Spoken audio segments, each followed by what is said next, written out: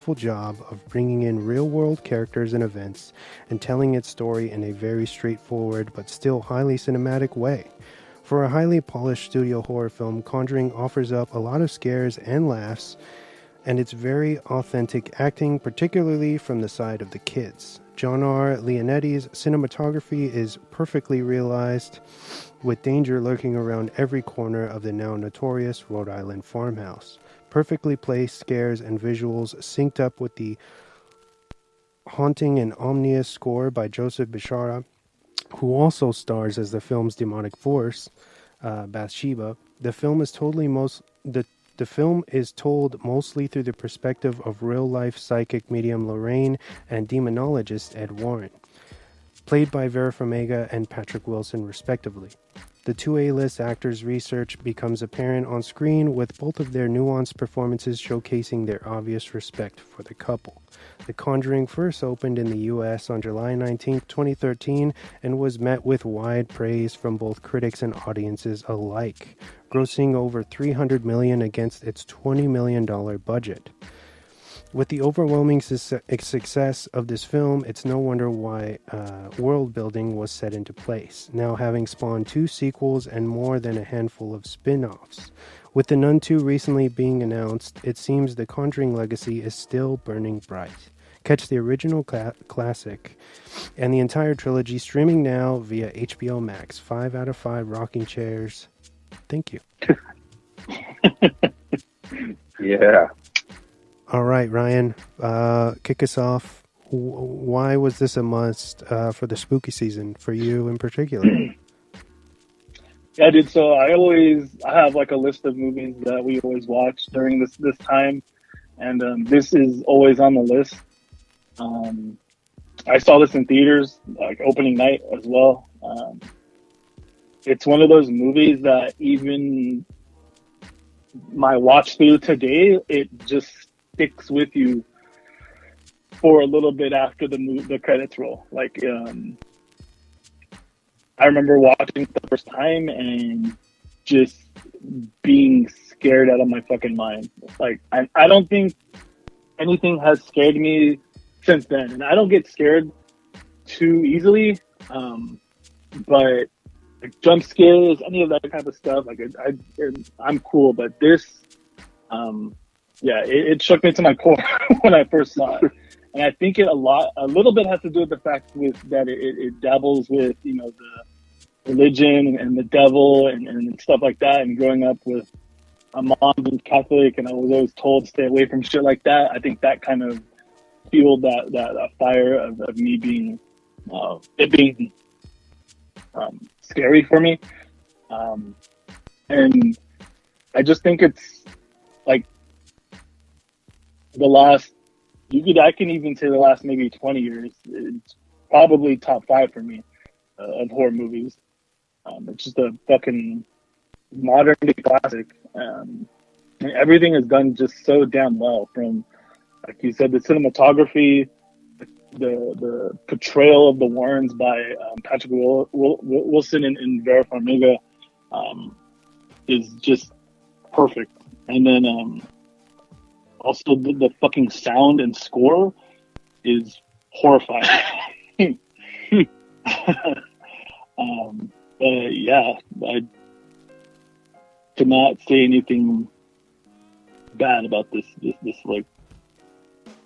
Yeah, so I'm not certain if I saw this in theaters or not. I can't really remember, but I know straight from the moment we finished watching this, I was terrified, and I don't. At the time, I really was still just getting into like scary movies, and this was one of those ones that was I kind of just jumped in the deep end on it, and I can watch this, not only this one, but the entire franchise and all of its spin-offs. I can watch them over and over. I think that that's because of the way James Wan shoots everything, especially in the Conjuring films. And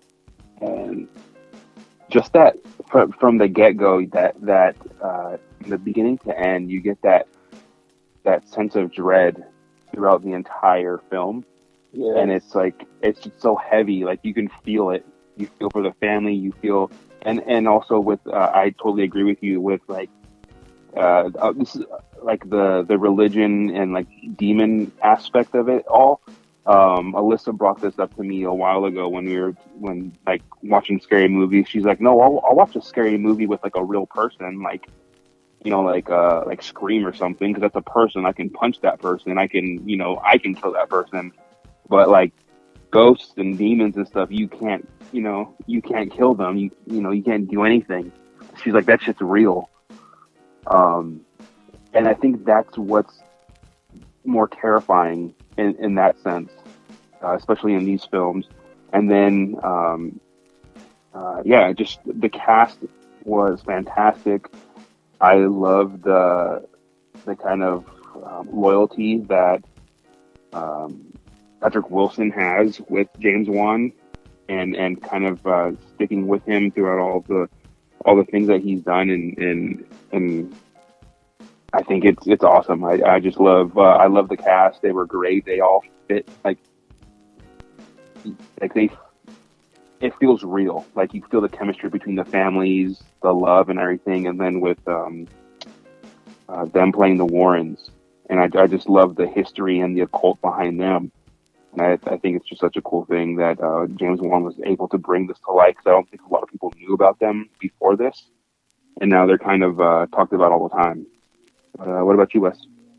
As I said in my write-up, I feel like it's very special.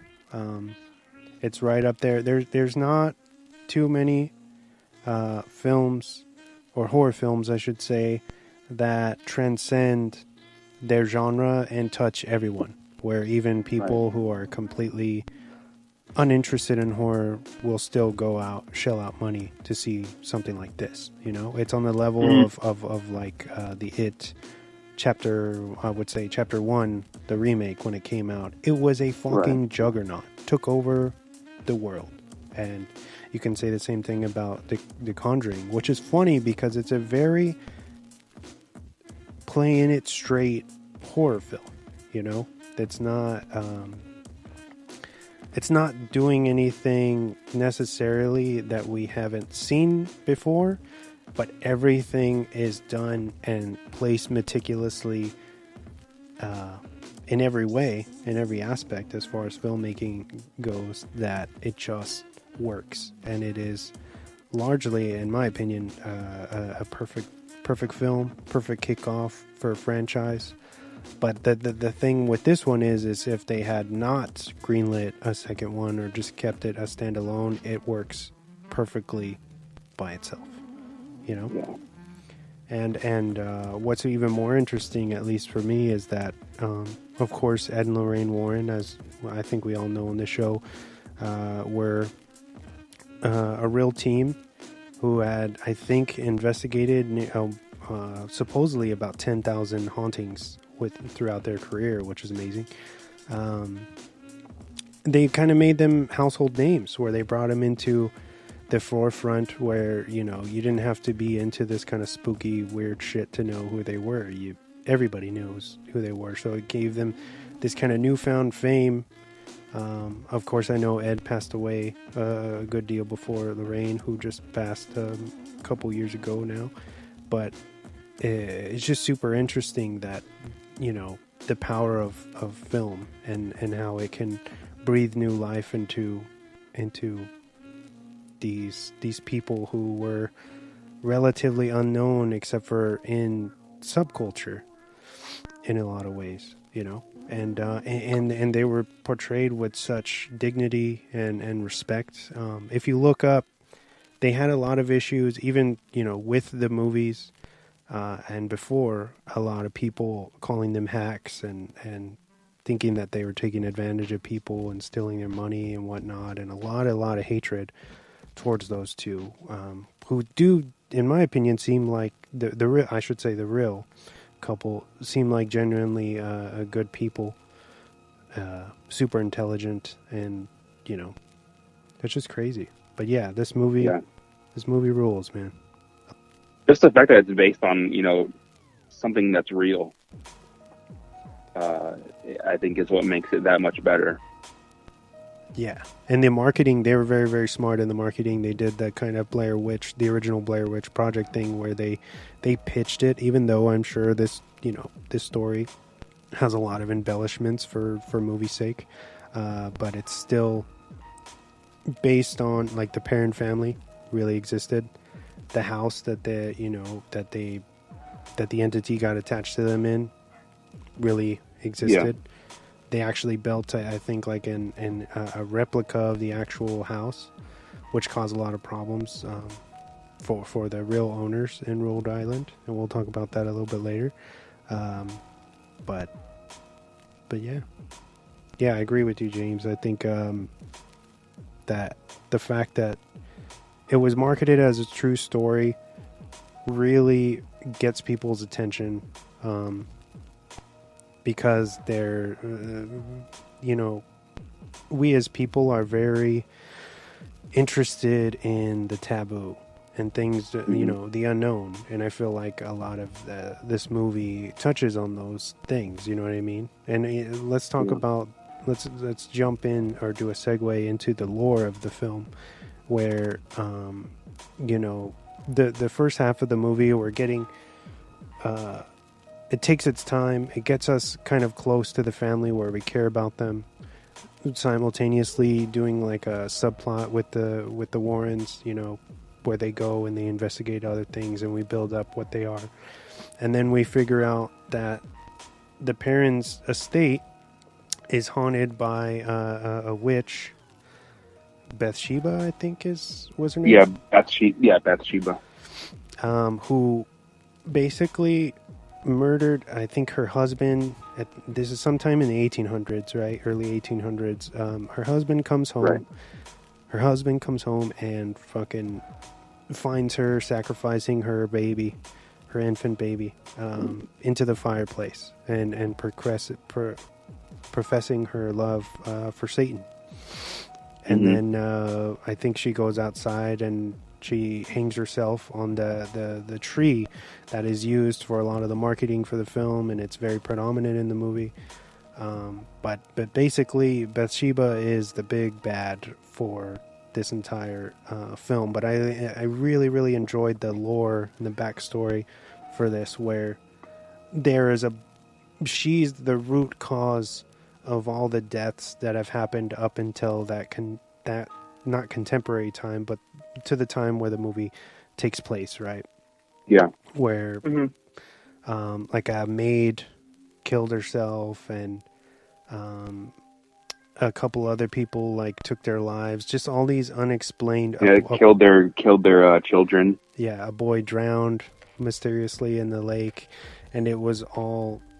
At least the movie tells us, right? The movie's narrative is that Bathsheba, because before she hangs herself, she was like, whoever tries to take my land away from me will be cursed forever, pretty much.